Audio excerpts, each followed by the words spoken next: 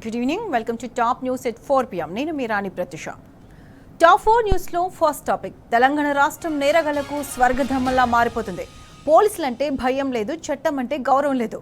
పట్టపగలే రౌడీలు, గుండాలు, నేరగాళ్లు రెచ్చిపోతున్నారు. ఖూనీలు, చోరీలు, దారుణాలు యథేచ్ఛగా జరిగిపోతున్నాయి. హోంమంత్రి సీట్లో ఉన్న రేవంత్ ముద్దు నిద్రపోతున్నాడు. ఇటు నేరగాళ్లు ఇష్టారాజ్యంగా చెలరేగిపోతున్నారు. రాష్ట్ర రాజధానిలో న్యాయవాదిని దారుణంగా చంపినా దిక్కు లేకుండా పోయింది. ఇక రెండో టాపిక్, అటు రేవంత్ సర్కార్ వచ్చిన తర్వాత కాంగ్రెస్ గుండాలు రెచ్చిపోతున్నారు. ప్రభుత్వ వైఫల్యాలను నిలదీస్తూ తమకు అడ్డొస్తున్న బీఆర్ఎస్ నేతలపై దాడులకు పాల్పడుతున్నారు. తాజాగా సూర్యాపేట జిల్లాలో కాంగ్రెస్ రౌడీ మూకలు రెచ్చిపోయాయి. యార్కారం గ్రామ బీఆర్ఎస్ నేత మాజీ సర్పంచ్ భర్త చింతలపాటి మధును కిరాతకంగా నరికి చంపారు. ఇక టాప్ 4లో మూడో టాపిక్, సిద్దిపేట పెద్దపల్లి జిల్లాలో రైతులు రోడ్డెక్కారు. కష్టపడి పండించిన పంటను ప్రభుత్వం కొనుగోలు చేయడం లేదంటూ గజ్వేల్ తుఫ్రాన్ రోడ్డుపై బైఠాయించారు. ప్రభుత్వం వడ్లు, మొక్కలు, పొద్దుతిరుగుడు కొనుగోలు చేయడం లేదంటూ రైతులు ఆగ్రహం వ్యక్తం చేశారు.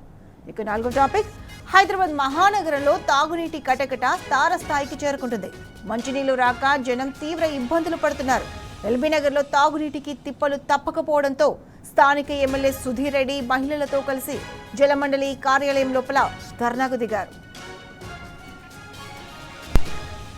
ఇక టాప్ 4 హెడ్లైన్స్ ఒకసారి చూద్దాం.